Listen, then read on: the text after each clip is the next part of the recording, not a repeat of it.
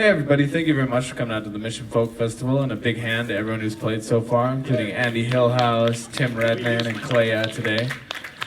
The next project is the Canada 150 project, which is a collaboration between the Harrison Festival of the Arts and Mission Folk Fest. It's a gathering between musicians and storytellers exploring the land of the north side of the Fraser and the people who reside there. And without further ado, I'll let you guys get right to it. Thanks very much. Thank you very much. And welcome to the Canada 150 Collaboration Project. We're very pleased to be here. We're very excited. Thank you very much. He's excited, I can tell right now. We were approached by Andy Hillhouse and Michelle Demarchavitz to put together a collaboration of a project that would unite the Harrison Folk Fest and the Mission Folk Fest. And the task that we were given was very interesting, I thought. We were looking to explore the idea of landscape as it intersects with the cultures that reside in that landscape. And particularly the landscape that goes from Mission to Harrison, north of the Fraser River.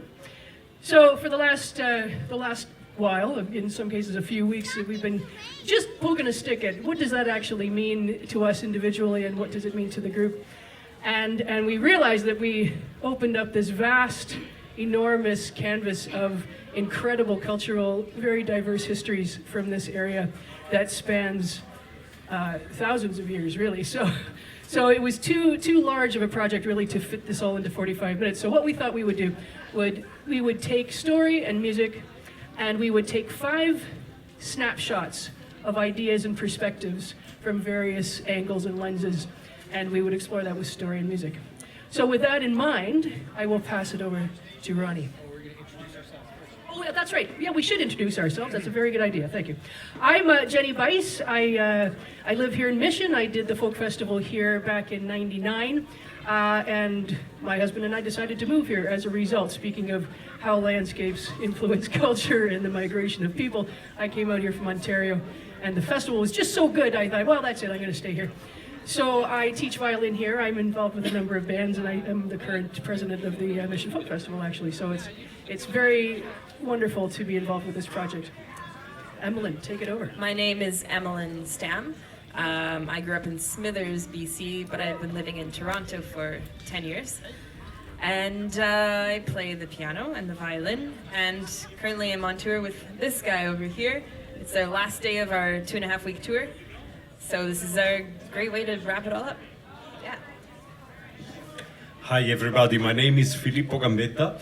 I come from Italy, from Genova, Italy. I play the organetto, diatonic accordion, and yeah, I'm collaborating in a duo with Emmeline. We are on tour. We have been on tour. This is our last day, and we are glad to be in this collaboration project. Oh, sure. Hello.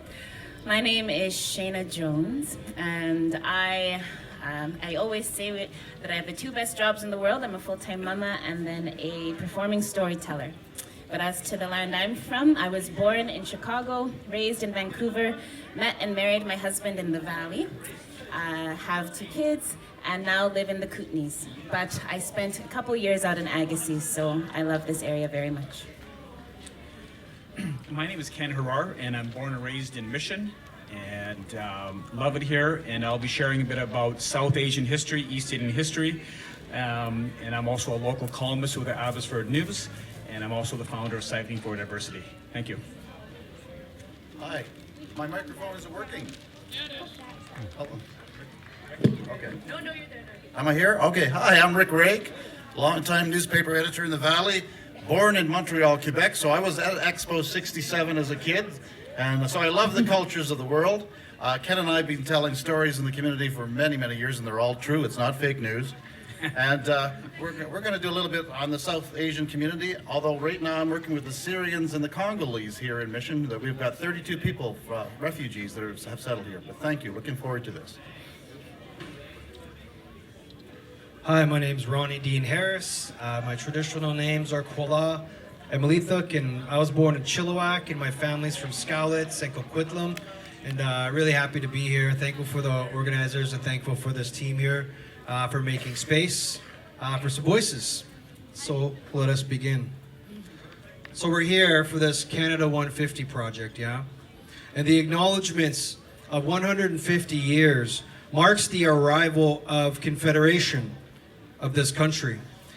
But the interactions with the land and other cultures and the indigenous peoples of this land spans back to at least 1808, when my ancestors met Simon Fraser on the shores of this great river which now bears his name. And if you think about it, the Hatchick Rock settlement has been there for more than 11,000 years, bringing us further back into that. But this interaction between Simon Fraser and my ancestors and the people along this river would include much exploration of the different cultures. They brought their values and they brought their histories, their stories, and they also brought their music. 100 years later, my great-grandfather would be born just up the river here in Harrison. And he would grow up to play the fiddle at logging camps and hall dances up and down the river. And it would be the fiddle that would leave most of its sound along the banks of these rivers. And so here's a couple selections of fiddle music written right here in this great region that we love so much. And Jenny Bice is going to give you a little bit more information about those songs. Thank you. Thanks, Ronnie. Yeah, well, I think we should start off with a couple of jigs. These two were written by a gentleman from the Central Fraser Valley Fiddlers, and so the first one is the Norm Gunter jig, and the second is Jolene's jig.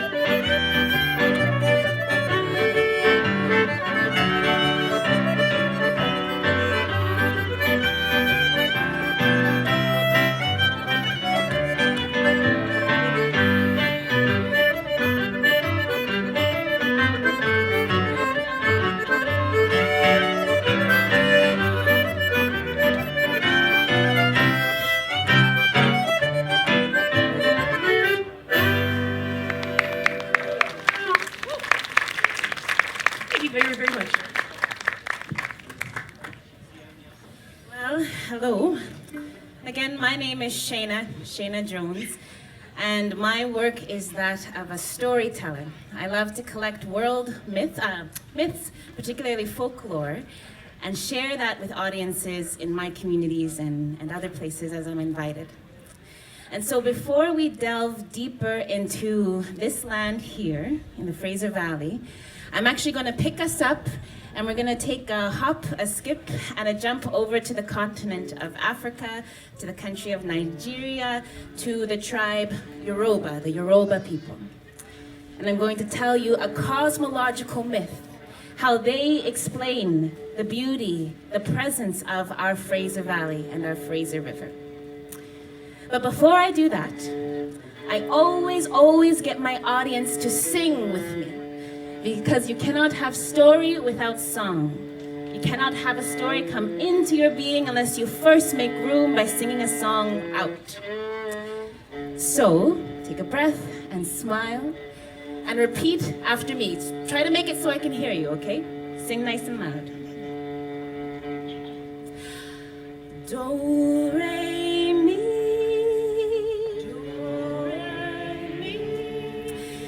Fa, sol, la. Ti, do. Ti, do. Do, re, mi. Fa, sol, la. Ti, do. Ti, do. I've got a story for you to hear. I've got a story. Lend me your ear. I've got a story. So listen well. To my little story. And what it tells. Do, re, mi.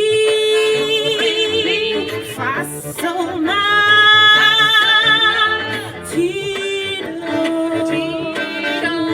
Ti, do. Do, re, mi. Fa, sol, la. Ti, do. Ti, do.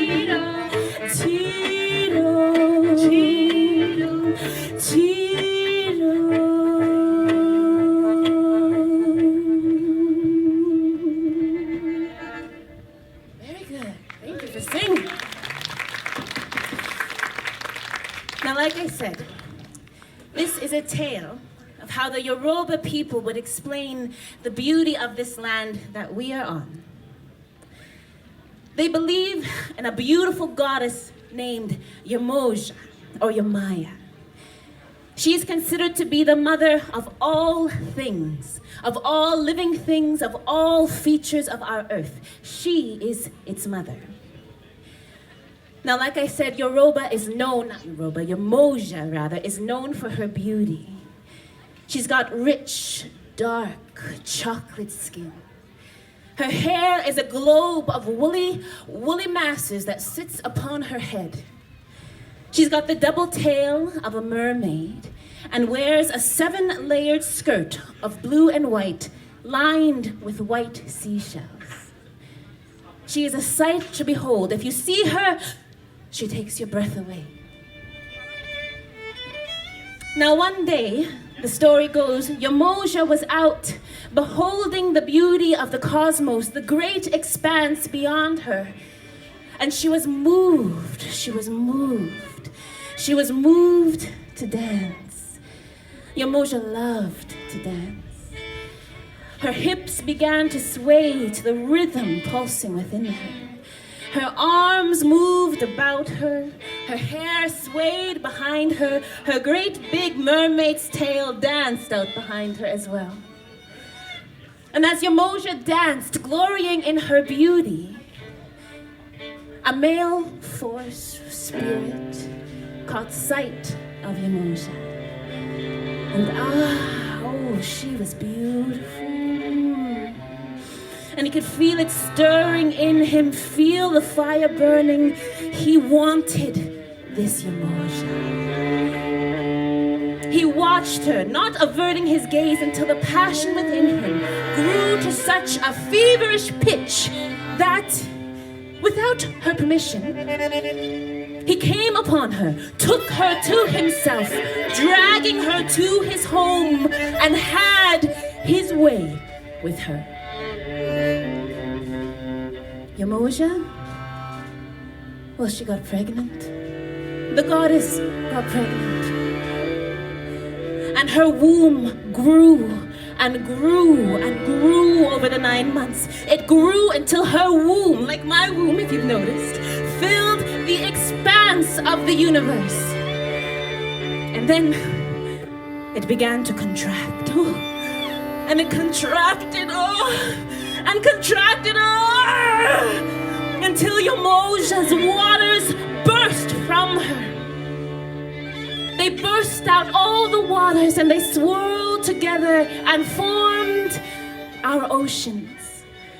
They formed our seas. They formed our rivers, our lakes. To the Yoruba people, her waters, formed our Fraser River. From her womb come our mountains, our great trees, our fields of corn. From her womb comes our bald eagle, our great heron, our black bear, our sockeye, our pink, our coho, our chum salmon, stem from Yamoja. This is how the Yoruba people explain the beauty in our land here.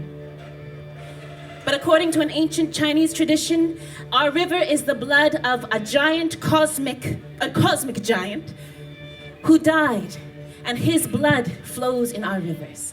It's his flesh that is our soil, his bone that is our mountains. According to an Australian Aboriginal tale, the waters in our lake come from the bellies of millions of frogs who were tickled and they choked and sputtered with so much laughter that water flowed from their bodies and became our rivers. Every culture has its stories, and I cannot help but wonder if it's because their land calls story out of them. The land we live on draws music from us if we would just pay attention to the beauty around us.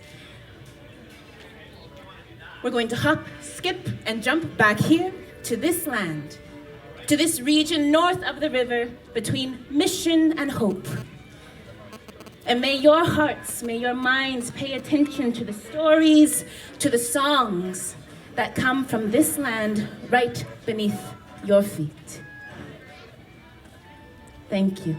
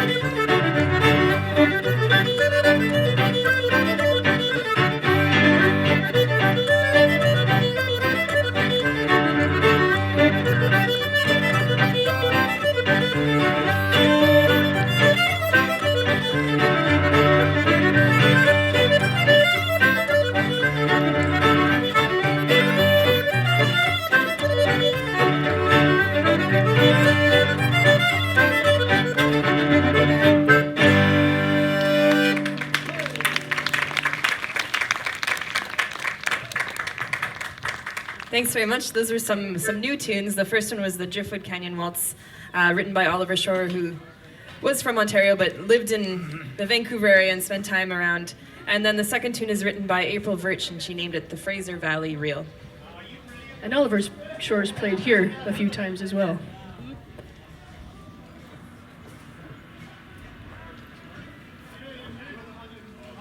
So, we're basically steps away from it. This, just over here.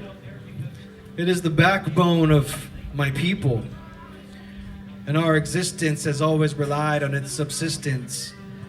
And that's been since time immemorial with a persistence. It is the spinal cord of our creation. It is a network of communications, connecting communities and cultures, providing nourishment. And we now sit and stand here on its altars, sacred spaces where people have gathered forever, finding love for the shining glow of sun off its surface so clever, deep respect for the hidden currents and power. You could bury me by these river shores and just bring me dead flowers. It is the nervous system of my ecosystem, a matrilineal connection to earth. It is encoded with the nutrients it bestows, with rosy cheeks and lively glows. The bears feed the trees, and then the trees feed our lungs. These living waters' nutrients onto the land is how it comes. And we have slept along its banks and witnessed its rises and its falls. It's danced with the moon and clay-scented breezes to call. My grandfather's eyes were the exact same color as the water, and it ran through his veins. The fastest boat on the waves, 250 seahorses with no reins. I remember the smell of the nets and the decks, salmon scales and the set ones checked. When dinner came from the next evening menu item we could select, when you could find oolakins on the shores just after a lightning storm. Sturgeon soup was a thing we would eat, and sockeye burst the seams as they swarmed. Grew up elbow deep in the slime and entrails, hanging pink dogs in the smokehouse cold. The little man's job, freezing hose to hold.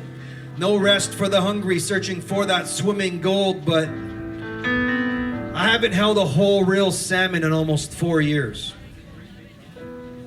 I'm starting to realize the truth in our nightmares and fears that life after salmon might not be a term we can just endear. And my grandfather told me of these days, but I never really knew they'd be so near. And this is why I never fished. I'm a performer now. This is what my grandpa wished. He knew of the deficits that would come when it would shift and be overfished. So I ask you, when you're having some sushi or eating some sashimi, say a prayer like it was sacred. You're looking at an endangered species, treated like, here, just take it. So make it a ceremony and make it a religion.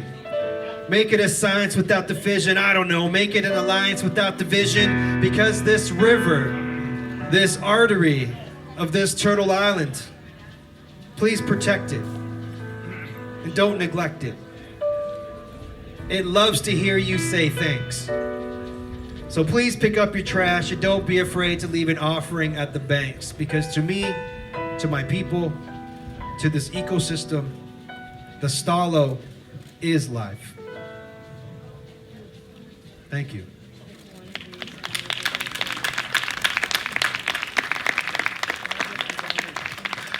So in 1908, my great-grandfather, Johnny Williams, was born, and he lived on these rivers his whole life, since his childhood. I inherited his big ears. He married a lady, and this lady's name was Gertrude Nelson. And her parents were Helen Hope and Jack Nelson.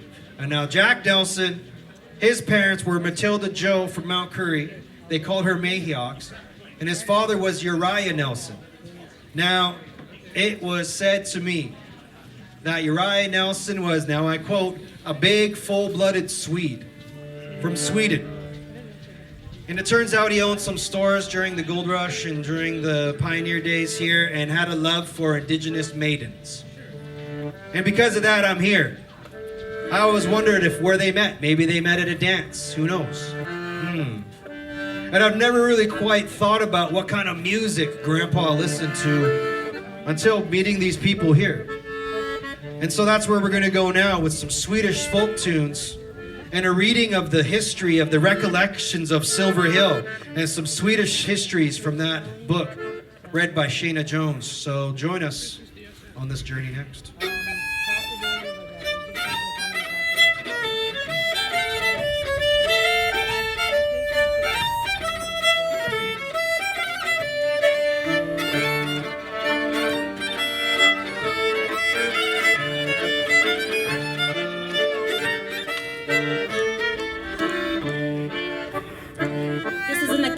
From Karen A. Berg Lee. She writes, from the earliest time of the settlement, there had been consideration and discussion of a, thank you, Folkets Hus, pardon my Swedish, a meeting place where everyone could get together for parties and picnics and dances. For 4 years, there were serious deliberations until work finally began in earnest. Land was donated, logs were collected. Blood, sweat, and tears from the community were poured into this single venture. She writes, while the men labored, the women provided the coffee and goodies. And when the log walls were finally entirely in place, they chinked the logs with whatever old clothing and cloth pieces they could spare, poking this between the logs until no wind or weather could penetrate the interior.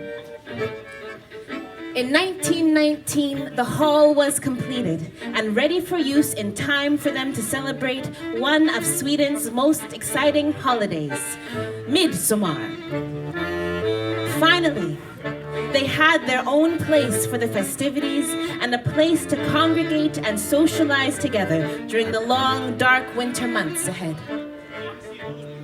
Just imagine their elation of the elation of the first dance held in their own hall. Oscar Thallander was the accordionist, and it was all Scandinavian music and dancing. Everyone brought food from home, and no doubt a veritable feast ensued, with kettles and kettles of good Swedish coffee. Everybody danced. Adults and children, no one was left out.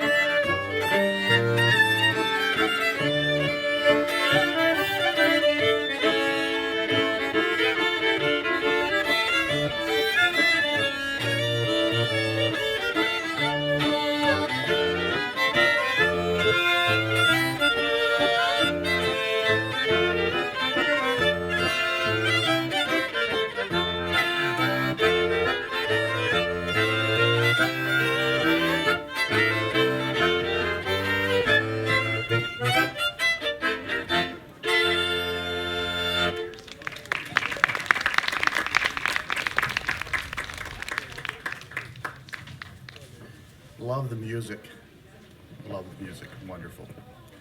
I'm here to do a small interview with Ken Harar, representing the South Asian community that came to Mission many years ago. But before I start, we're talking about the land. Over there is a large rock in the park, and just to my right of it is a bench, and that bench is dedicated to Dr. Kuldeep Gill. She was a great anthropologist from the UBC. She moved back to Mission some years ago, and she became the writer in residence, at University of Fraser Valley. And she died of cancer. Her husband still lives in Abbotsford. His name is Jim McIntosh. Well, she left behind a book called Dharma Rasa. And I found a poem here, a very short poem, that reflects Mission, and she was way before her time, but she wrote poetry about what life was like in this community, especially for her. So I'm just going to read that, and then we're going to start our interview. And the poem is called Disassembled. It's Friday, midnight in Mission Town. I've finished Michener's Hawaii. I've ironed the Salwar Camise. Flipping through Saturday night. Should begin Bridge of the San Luis Rey. Listening to jazz. Charlie Parker. Anita O'Day. Outside, the gate slams shut. 2 pair of footsteps. A war whoop. And the door flies open. In walk my teenage brother and this long drink of water. Ozarks type, sort of crazy lager, both drunk, beer in hand. Hey, Kuldeep, can we get something to eat? Oh, Slim, meet my sister. Slim scratches his head, draws himself up to a string bean 6'6", adjusts his plaid work shirt collar, drunkenly squints his eyes, leans towards his partner, and slowly drawls, "Hey, Stan, she speak English?" "Oh yeah, Slim, she speaks good English." And Kuldeep writes, "I am other, an Indian woman disassembled, explained even by my brother." So, but we're not finished yet because Ken, so we're talking about the land. So tell us, how did the South Asian people use the land to create their wealth? Well, that's an interesting question. South Asian community came here in the early 1900s and really started developing the land here in the 30s and 40s in the lumber industry and farming. Many of the people who came from India were from the Punjab region, and it was mainly men that came, and the wives weren't here with them. So many there were single men, married men working here, were sending money back to India, and we've seen a lot of growth in the 50s. Many lumber people bought mills, and we've seen a lot of growth in that time. And one of our mayors, we actually had a mayor here in Mission that was South Asian, the first in Canada. His name was Niranjan Grewal, and it was actually his 60th year of his death. And he also ran for the CCF and made a lot of changes as well. And also the crematorium and the temple are very landmark figures for the South Asian community. It really represents that this is our home now. But there were struggles in building the crematorium in 1982 and also the temple opening in 1989. There was long disputes, but I think those are behind us, and we've seen a lot of great happiness with our community here. I understand you want to ask me something. So Rick, Rick's been a long-time editor of the local paper. I mean, in Abbotsford Mission for 30 years, Rick? 35, 40 years. 35, I can't remember yeah. anymore. And he was one of the best. He was one of the best, and he was very involved in the temple during those years of struggles during the 80s. So Rick, tell me a bit about how the local paper was involved in that. Well, here's an edition of the Mission Record in 1989, and we did a 12-page section on the development of the temple, the British India-style temple, and I'm sure you all know where it is on Lougheed Highway. Of course, it was controversial. The zoning to get it there was very difficult, but we made it. We did this piece to create education in the community, because when any new culture comes, we know it creates fear. But with education, it helps people understand, much like we're going to go through with the Syrians and with the Congolese, all of that. Years ago, we've had the waves of the Italians and the Germans, and they were ostracized, and now I'm German, nobody cares about that anymore. I don't think. But The temple, we created this supplement. Remember when we did the groundbreaking with the orange-colored punj pierre with their swords? And Norm Jacobson was the MLA back then. He said, Rick, do you know any East Indian words or Punjabi words? And I said, I think Sat Sri Akal means hello. So he did that, and a crowd of 1,500 reacted in a way I've never seen before, because it was almost like a bridge across cultures. Well, thank you, Ken. So Ken, tell me, we've gone 150 years in Canada already, and the South Asians have come here and done what they've done and been very successful in many ways. What can we do in the next 150 years to make this country stronger when it comes to bringing all of our cultures together? I think some of the struggles over the last 150 years, I think we've learned a lot, and I think the next 150 years are going to be a lot better. What we need to do is what we're doing is right now is talking to each other, getting to know one another on stage, hearing the different stories, and we shouldn't be ashamed to talk about our struggles because we learned from that. And this essay here was written by a local teacher in Mission in the late 70s, and he wrote about my grandfather, and he wanted to do it as part of his a project. And I'll just read a very quick couple lines here, and he says, as a teacher, I believe that it is vital to stimulate an interest in cultures other than your own. If we create that initial interest, then children will be motivated to search on their own for knowledge of other cultures. In a multicultural community, it is necessary for us to understand more about each other's culture. Just a very quick snapshot of what he's talking about. So Kenny, they're telling me to wrap it up because we only have a minute. It's a very fast thing here, but thank you, Ken. Yeah. I wanted to tell you that Ken is involved, and I'm the chair of the Diwali is happening here in Mission on October 11th as part of the 125th anniversary of Mission. We have a free ethnic food for 1,000 people. Come on down. It's at the Clark Theatre.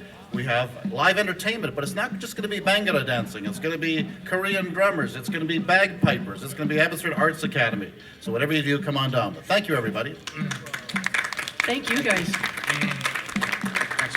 I really, really love this project. It's been such a joy to be a part of.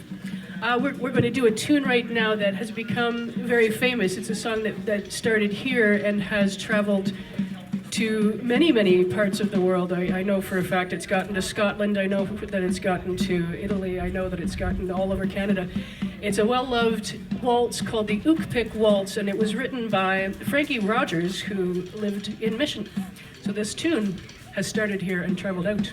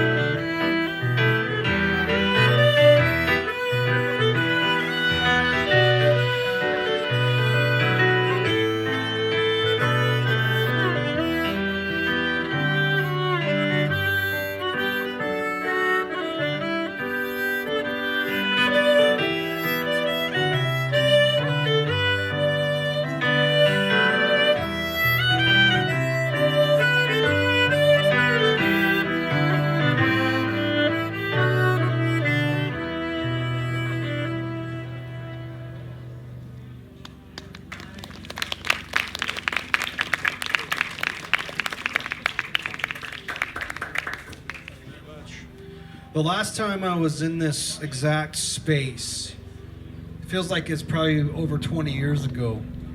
And in this space stood some buildings. Some buildings that have histories, some buildings that had mysteries. Some buildings that were that have affected my life in ways I have fully yet to understand. They named those buildings after Mary. Mary, who was a saint. These buildings were made of bricks that were made of red earth. Same sort of red earth we used to use in our ceremonial paints. These buildings would be further used to help my family, my parents, and their parents forget their ceremonies. My mother and my father both attended the St. Mary's residential school that stood on these grounds. Their parents both attended this school as well.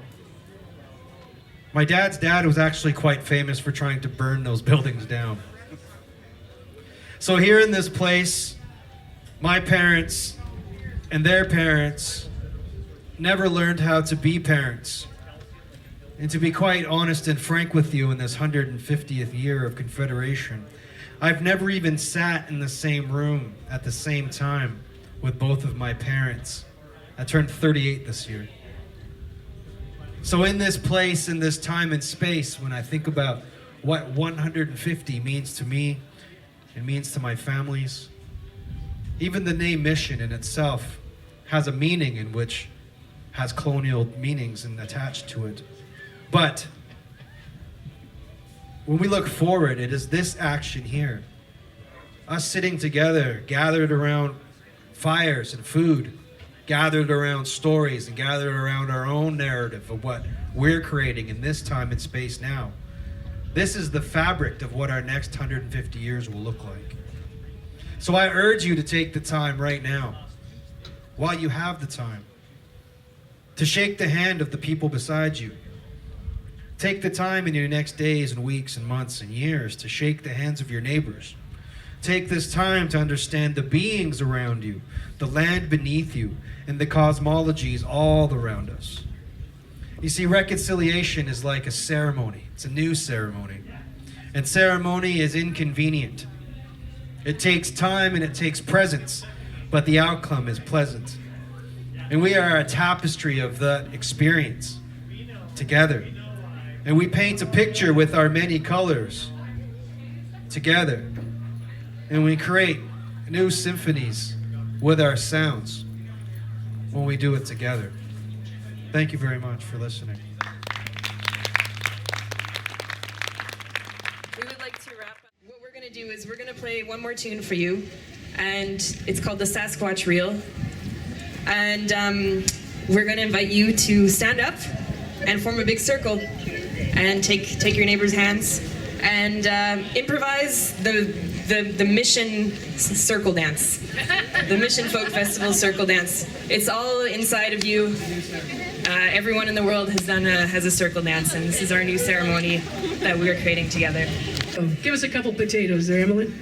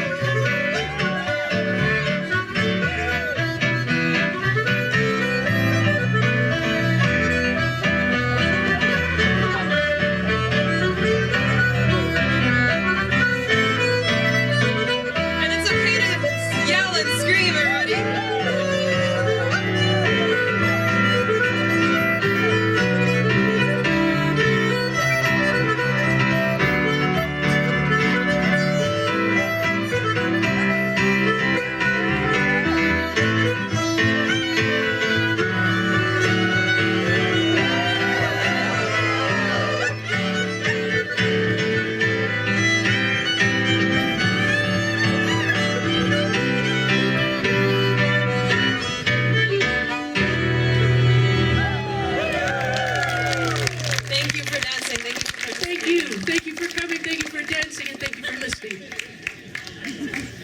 Have a great festival.